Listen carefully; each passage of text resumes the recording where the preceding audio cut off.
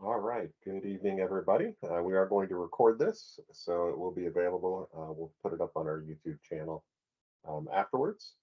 But we're glad that you are here. Welcome to the 2023-2024 season for First Lego League, and this is the first in show season. So exciting, kind of an exciting, very different kind of season, but it's a great season, great opportunity to do this. We're looking forward to seeing what everybody comes up with and how these missions work. So let's just pause for a brief word of prayer and then we'll just jump into a few things here this evening. Dear God, thank you so much for each person that's here and all the young people that they represent. And we just want to ask that you be with them as they're working with their kids and be with us here this evening. In Jesus' name, amen. All right. Okay, so I wanted to share a few things with you. This is the beginning of the season. So some of you may be veteran coaches, some of you may be rookies, and that's okay either way. We are certainly glad that you are here. Either way, just want to make sure that we're covering the bases of it. There aren't a lot of changes this year in First Lego League and the different things that are doing other than a different season. There are some minor rule changes, that kind of thing, if you're a veteran team. We're not going to spend time on that this evening, but just make sure that you take a look at the game manual and the rule changes are listed out there. But for the most part, it's very similar to what it has been in the past. So I'm going to go ahead and share my screen with you, and I'll drop a couple things into the chat as we go along here as well. Feel free to, if you have questions as you go along, you're welcome to drop it into the chat. You're also welcome just to unmute yourself and ask a question as we go along as well. All right, so I'm going to go ahead and switch and share my screen here.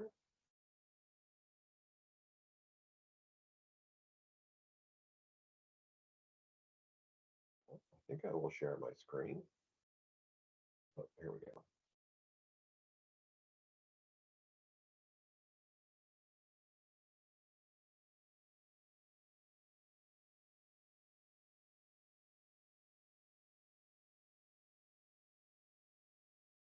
All right, so let's see. Give it a second to share out.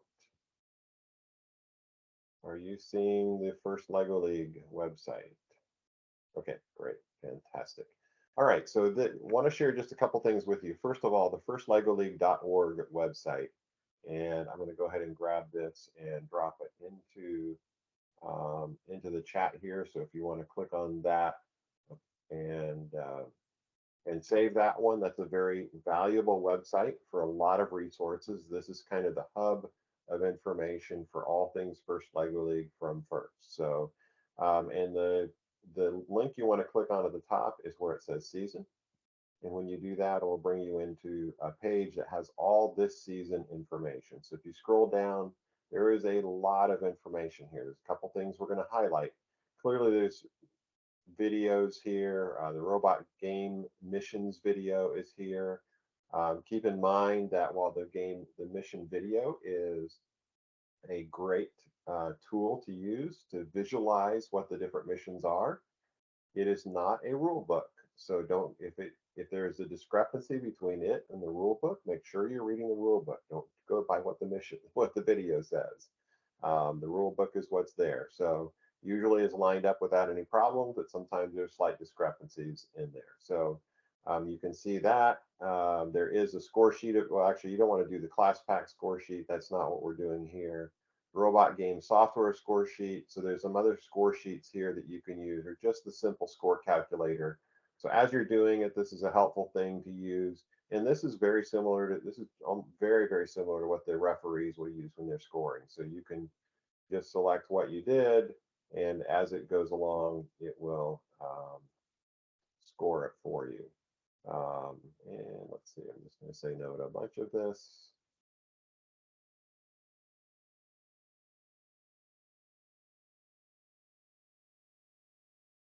And let's see here.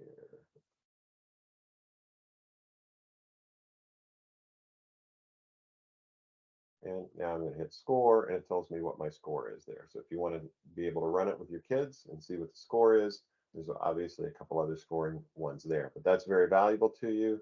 There's some other score sheets. You can, whichever one you want to use is fine. different kinds of score calculators available for you. If you're looking for the place of how to build your mission models, it's here. If you need to build a table, that information is here. Um, the couple things that are really, really helpful. Oh, the engineering notebook is here. So if you want a digital copy, a PDF of the engineering notebook, it's available here, as well as the team meeting guide and the robot game rulebook. So these are all online here. Sometimes it's nice to have a link for your kids to see it online if you don't, they want to refer to it at home, but you don't want to send the actual hard copies home with them. They're available there. All right, challenge updates. This is a very, very important document. So if you look at challenge updates, this has updates to any of the rules. So anything listed here overrides the missions and the robot game rulebook. So the robot game rules. So this overrides everything. So check back. It shows you at the top when it was last updated, September 26th. So you want to look at that and make sure that you are observing anything here because this overrides anything in the rule book or the missions. So that's very important. Participation rules, take a look at those. There are a couple other things here. The other area that is very important is the challenge judging. So if I click here, it views it, and here are the rubrics that you'll be judged on, as well as the judging flow chart, what the sessions are like. We'll take a look at each one of these here. So let's take a look at the rubrics first of all. So this is what the judges will use to evaluate your team. It'll probably be done electronically, not on paper. A good team is a 3. For those of you that are educators, you're used to this. It's a very common way of doing a rubric. A good team is a 3. An exceptional team would be a 4. So your goal is to be at least a 3, if not differentiating yourself as a 4. But you would have to differentiate why you went above and beyond the item for a 3 in there. So take a look at those. There have been some minor updates from last year, so make sure if you're a returning team that you take a look at those as well. So that's very important. Judging session flow chart, and we'll talk about this some more later on, but this is what the judging session will be like. It's a useful document. It's also in your team leader guide, or team meeting guide, I should say. So that's important. And then what are the awards that are given out? Here's a list of all the different awards. So if you're looking at the different, why is it you want to look at the awards? Is it about winning? Well, it really isn't about winning. Winning is important, but what's really valuable of it over the real reason you want to look at the awards is if you're making sure that you're working on all the awards to achieve them, that means you're having a well-rounded team and that you're going to do everything in the team. Kids are going to have a good experience.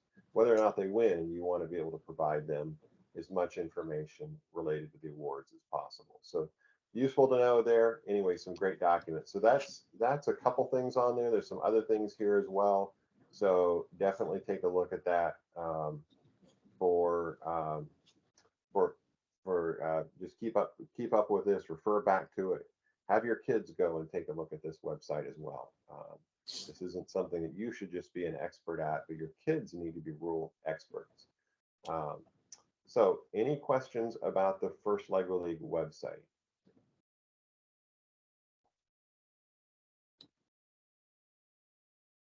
All right. Then I am going to stop sharing here and I'm going to reshare again.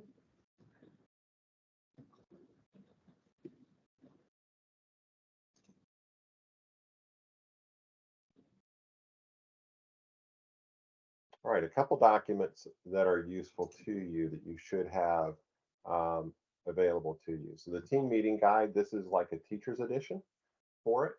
The team meeting guide is set up for teams to be able to do 12 2-hour sessions and cover everything in 12 2-hour sessions. And this has an overview of what you need. So this is something that you as a coach should take careful look at, make sure that you've covered everything and you're covering everything there. Now, this is kind of the sessions at a glance for 12 2-hour sessions. I will say that And a good team, a strong team will go way beyond what's here, just the 12 sessions. But why is this useful to you? Even if you want to say, hey, I want to go beyond this, I want to go beyond the basics, we want to put a lot more work into it. This makes sure if you look at this and you use this as a guide, it will help make sure that you're covering everything that you need to cover. So it's not a bad thing even a, a returning team, a veteran team, and a veteran coach should come back and take a look at in a review just to say, hey, are there things that I missed last time? Are there things we can do better? What are the different aspects of it? So you can kind of, even if you can use it as a lesson plan, or you can go beyond that and just kind of use it as a guide, as a checklist to be sure that you have everything you need. So great material. If you're first starting out, it covers all the basics and it makes sure that you have everything you need. And then as it gets into the different sessions, it's modeled after the engineering notebook. So it's just like a teacher's edition where you can see the pages out of the engineering notebook and for the different sessions, and you can follow along with them of exactly what you need. So great materials here for you. Definitely take a look at that um, and use that as a guide for you. All right, the robot game rulebook for here. We talked um, about the game updates, which are very important. So make sure that you take a look at those. That starts out with your different introduction and how to get started and some guiding principles. Now, one of the couple things that are really important as we get into the game and with First Lego League. One is that what we learn is more important than what we win. So a lot of times when we get close to the event, we have teams and coaches that are like, "Oh, I'm not ready. We're just not ready." And my usual answer for that is, "Yep, you're probably not ready. You probably will never be ready." But that's just the way it is because it's a challenge. It's just about being started. So it's not about being having everything done because if you're going to be it's meant to be super challenging and to stretch the kids. It is First Lego League Challenge after all. So it is meant to be challenging. And so don't worry about being, quote, ready. What you want to do is have the attitude with your kids, hey, what we learn is more important than what we win. We're going to go and we're going to have a good time. We're going to have fun with this. And if we win something, great. That's icing on the cake. But still strive for excellence with what you have. And you and your team will grow every year. I can tell you that every year as a coach, I grew and learned just as much as my team members did when I was coaching teams. So definitely take a look at that. That starts out with the different missions. Um, Read this literally. So this part right here says exactly what has to happen. So up above is kind of a description, but then you have exactly what has to happen to be awarded those points. The condition of the field, and it is the condition of the field at the end of the match. So take a look at each of the missions, move the models, have your kids move the models, see what it really means. Look at it very carefully as you go through that. Then you have your rules. What's important to know about the rules is if it doesn't say you can't, that means you can. So look at the rules carefully. I know there've been some teams have asked questions about, we've had teams asking questions about, okay, how big can the robot be? Well, look at the rules. If it doesn't give any information about size of the robot, then you can have the robot be any size. But there are some limitations, but just read it very carefully and go through that. I'm always very careful about making, somebody sends me a message or an email saying, hey, can you tell me, can my robot do this? I'm always very careful. I'll usually refer you back to the rule book. I may point out a specific area of the rule book to look at, but I'm always very careful because the head referee might see things slightly differently, and they are kind of the experts at that, and it's not my place to make a ruling on that necessarily. So I will definitely refer you to it, but you should certainly look at the rule book and see what's there. So it's been simplified in the last few years, and you will be evaluated on gracious professionalism while you're there. So make sure that you're taking a look at that. So that's a robot game rulebook. The third last document we're going to look at here is the engineering notebook. And so with this one, this is the student edition of the book. A couple things to take a look at. There is kind of a challenge story that kind of highlights what it's about. And then there's a page for the innovation project. This is the requirements for the innovation project. A couple things about it. First of all, identify, it says here, this item right here, it says identify a specific problem related to sharing your hobbies or interests. Okay, so, and start, how can you use technology and the arts to help engage others and increase participation of what you love to do? So right there is what it is all about. And then you identify a problem, you research the problem and come up with solutions, and you design a solution. You need to share this solution with others and collect feedback and improve on it, iterate based on it for your team. And then, of course, you'll present it at the competition. Couple things to note on this. Definitely focus on what it is supposed to be. It's usually very broad, so you have a lot of different directions you can go with this. And remember, the process is more important than the outcome. So when you take a look at, go back and take a look at the rubric, you'll see that the rubric is really focused on the process of it versus the outcome of it. So while you can have a very successful one, that's a great thing to have a successful one. Sometimes you'll have an innovation project that may or may not be, the product itself may or may not be viable, or it may not be. You may say, well, it's not, is it a really good one? Well, again, it's what's good about it is, are the kids learning the innovation process as they go through it? A little bit about the robot game here. Roles. This is a valuable thing for you as a coach too, especially if you have larger teams, to say, hey, what should different people in the team be doing? And then, of course, make sure you know about core values. The other thing that's valuable, there's 4 of these project sparks, because one of the challenges that comes in, it's the innovation project is rather broad. And it's like, well, how do we get started with this? So there's a couple things you can do. One is you can look at these project sparks. There's 4 of them. And this is things. So research and think about who visits museums and why. What kind of technology is used to help interact with museums? So this is related to a museum curator. Now, you can use these. It could be about this, or you can come up with something completely different than this, as long as it fits the prompt on the page we were looking at back earlier. So here's visual effects director. So here's some project sparks for this one. Ideas, things to help get the kids thinking about questions and where they could go with it. You don't have to use any of these, but these are things that can help with the kids. So definitely take a look at that. And this is a process for them. You're welcome to use the engineering notebook as much or as little as you need to. There's no requirement that it's filled out. There's no requirement, you're not going to turn in the engineering notebook. This is a tool for you to use. All right, so those are the 3 main documents that you have, and just a couple highlights related to those as you go through. And it does talk here, of course, about the different aspects. There are 4 different parts to the innovation, to the first Lego League Challenge. There's the innovation project, core values, the robot game, and then you're also evaluated on how you designed and programmed your robot, the processes you used for those. So, all right, any questions about these?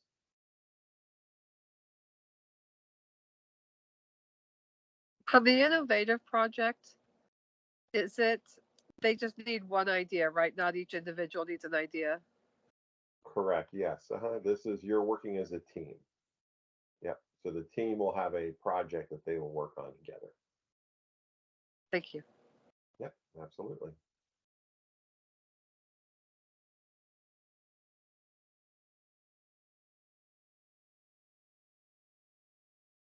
All right, there is one other thing I want to highlight here this evening. Let me switch screens here again. I'm going to make sure I'm in the right place here. Let's talk just a little bit about the first dashboard. When you log into your first site, there's a couple things that you want to pay attention to. When you come into your team, and I have a couple teams, these haven't actually been registered, but I started them so that we could kind of see what they look like in here. When you expand your team, clearly this is where if you need to update your team name, so you can change your team name anytime you want to. A lot of times when teams start out, they have a name that may or may not be what they want. And so you can change the team later on. I'm sure you already have this as Adventist Robotics, and that's what you need to make sure that you do. Um, then let me come back to the dashboard here.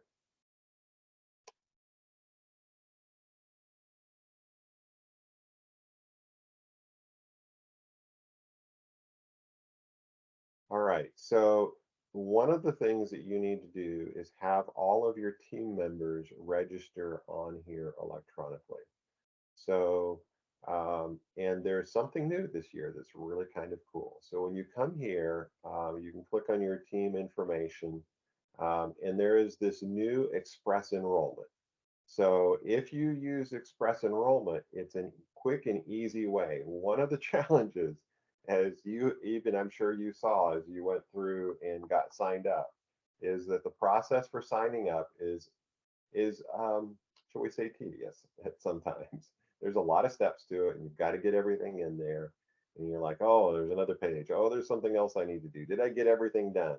Well, they are really first is working diligently on improving that.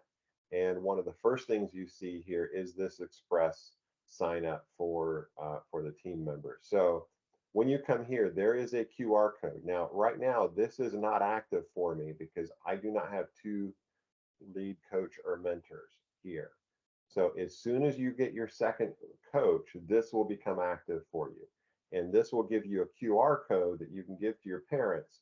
And on their phone, they can um, scan that QR code, go to the website, and very quickly in maybe about 5 or 10 minutes, they can have their child in here very, very simply. I think it's just like 3 or 4 screens. Very quick, direct, easy, collects the information they need. They give their consent, and away they go. So it's very easy to do compared to what it was. So if you're a returning team and you know what it was like last year, you'll probably do a little happy dance with this. But definitely get started on this earlier. Don't wait to the last minute because you must bring a roster with all your kids printed out. They all need to be signed up on here, and you need to bring a printed roster to the competition. So that's very important to have. Now, what I don't have here is I only have one. I just have myself as a lead coach mentor, so I need to invite a second lead coach mentor.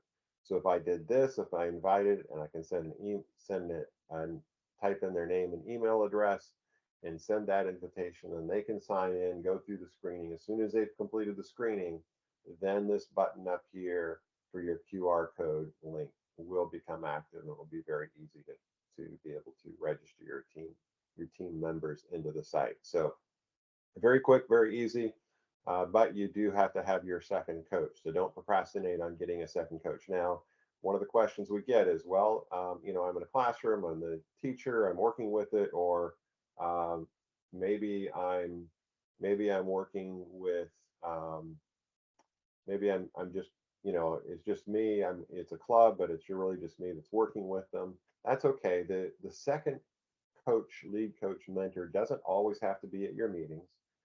Sometimes if you're a teacher, it might be a principal, it could be a parent, it could be another teacher in your school. You just have to have two people that are signed up who have gone through the screening.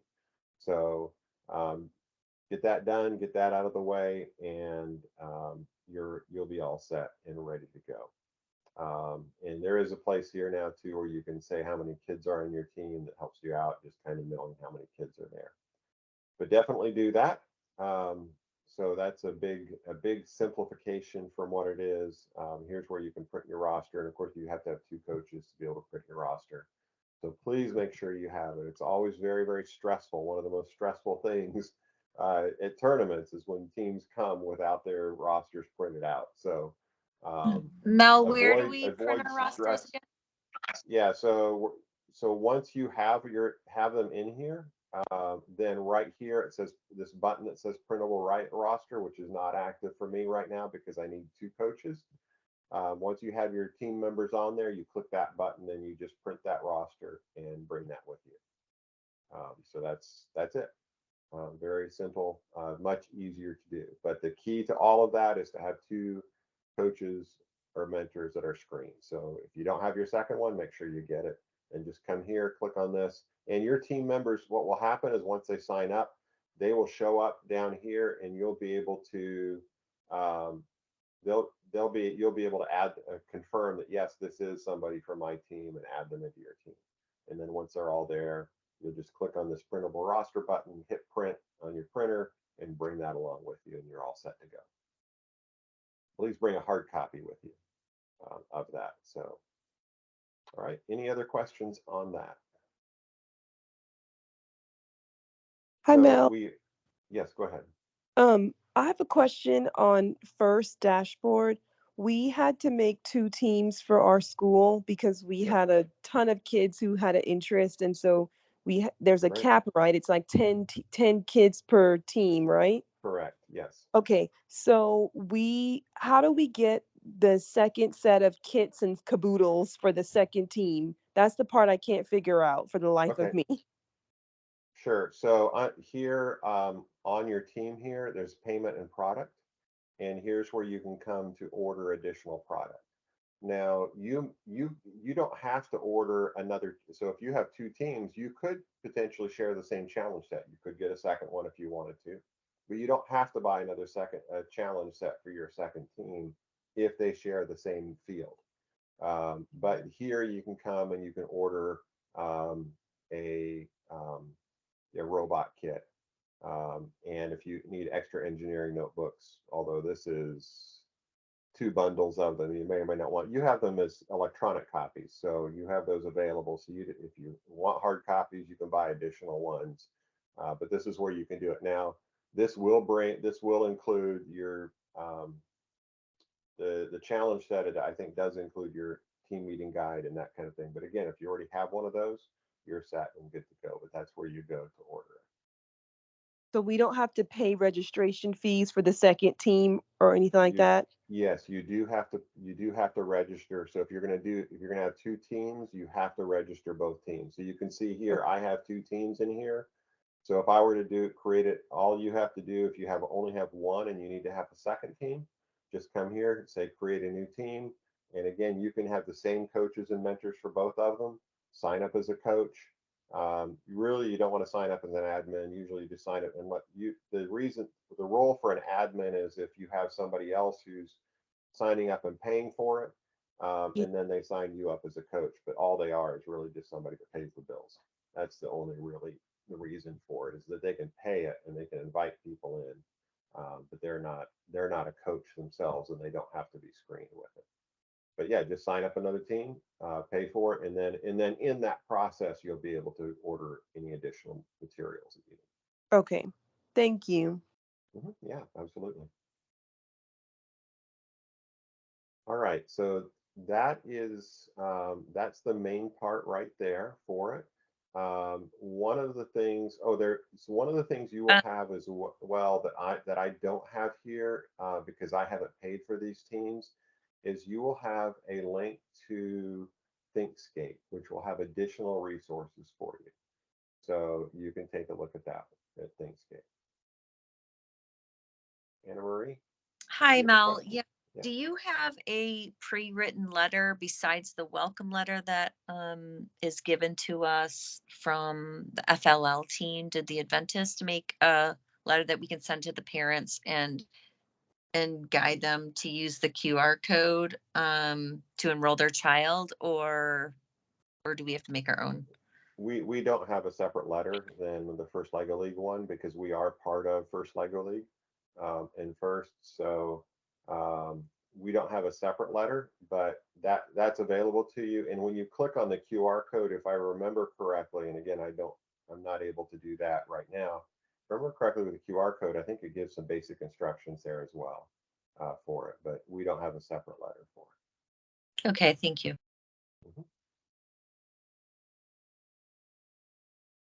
And the letter that she's referring to is back on the First Lego League website. There is a welcome letter here. I believe that's the one you're referring to right here. Yes. So that one is available there. And this is kind of just an overview of it. So for parents or for anybody that's interested, but it's not specifically about the QR code.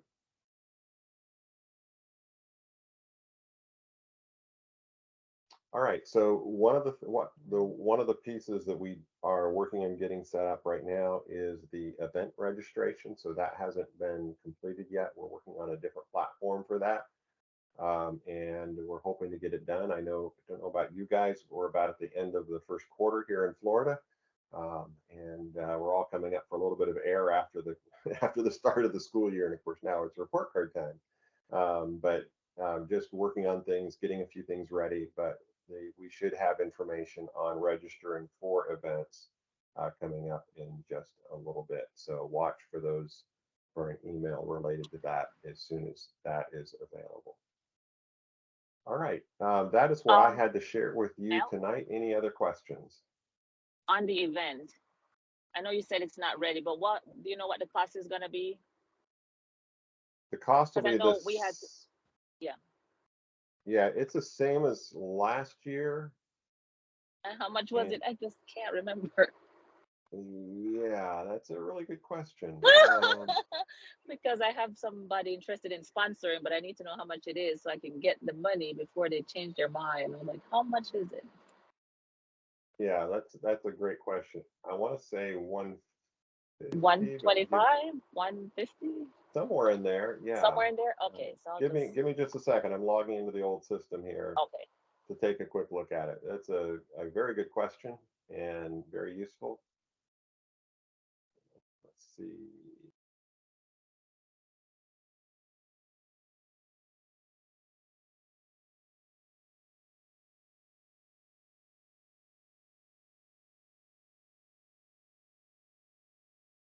It was 135, I believe. is what it 135. was. Okay. 135. Okay. Thank you. Yeah, and we don't expect it to change for this year. Okay.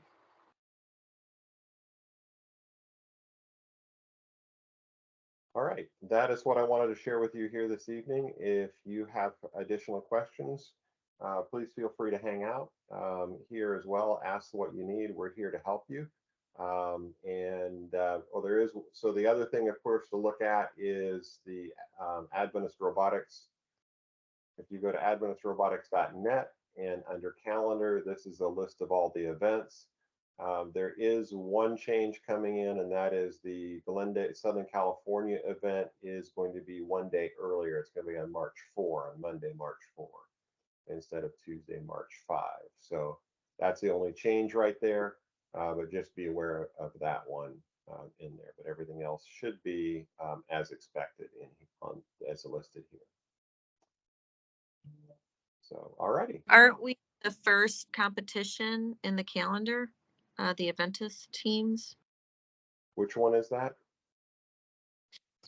I thought we were listed as one of the first challenges on the event. So none of these other dates really relate to us, right?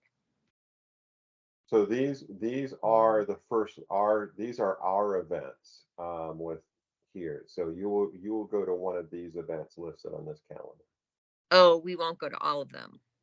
No, yeah, you choose one. You choose Oh, one. Yeah. So okay. and these are all over the country, as you can see. So you're going to choose the one that's closest to you in your area, and we have them scattered all the way around across the country, from the East Coast to the West Coast to the middle. So you will choose the one, and I mean, we have had people take their teams across the country. I mean, they can, there's no restriction to which event you choose, but you choose one event to go to. Okay. Now, if you do well at one of these events, and you're in the top, it's usually 20-25% of teams at the event, depending on what our count looks like. Then you will receive an invitation to the championship tournament here on May 5.